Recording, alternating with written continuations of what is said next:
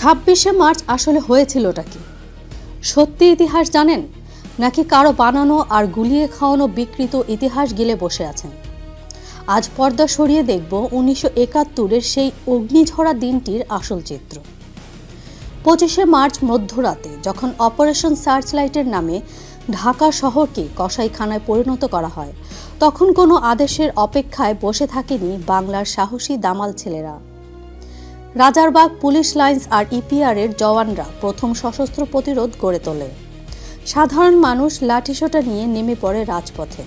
26শে মার্চের প্রথম প্রহরে যখন দেশ জুড়ে হাহাকার, তখন চট্টগ্রামের কালুরঘাট বেতার কেন্দ্র থেকে আসে সেই কাঙ্ক্ষিত ঘোষণা।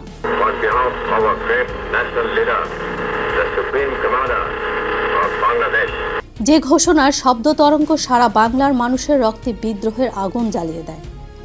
ঘর ছেড়ে বেরিয়ে আসে কৃষক, শ্রমিক, ছাত্র আর জনতা। কোনো একক ব্যক্তির ইচ্ছা নয়, বরং আপামর জনগণের মুক্তির আকাঙ্ক্ষাই ছিল সেই দিনের মূল শক্তি। শুরু হয় দীর্ঘ 9 মাসের এক অসম লড়াই। এক পাশে আধুনিক অস্ত্রশস্ত্রে সজ্জিত পাকিস্তান সেনাবাহিনী, অন্য পাশে খালি পায়ে লড়াই করা অকুতোভয় মুক্তিযোদ্ধারা। 30 লক্ষ প্রাণের বিনিময়ে অর্জিত হয় আমাদের এই স্বাধীনতা। ইতিহাস কারো ব্যক্তিগত সম্পত্তি নয়, ইতিহাস কোটি মানুষের ত্যাগের ফসল।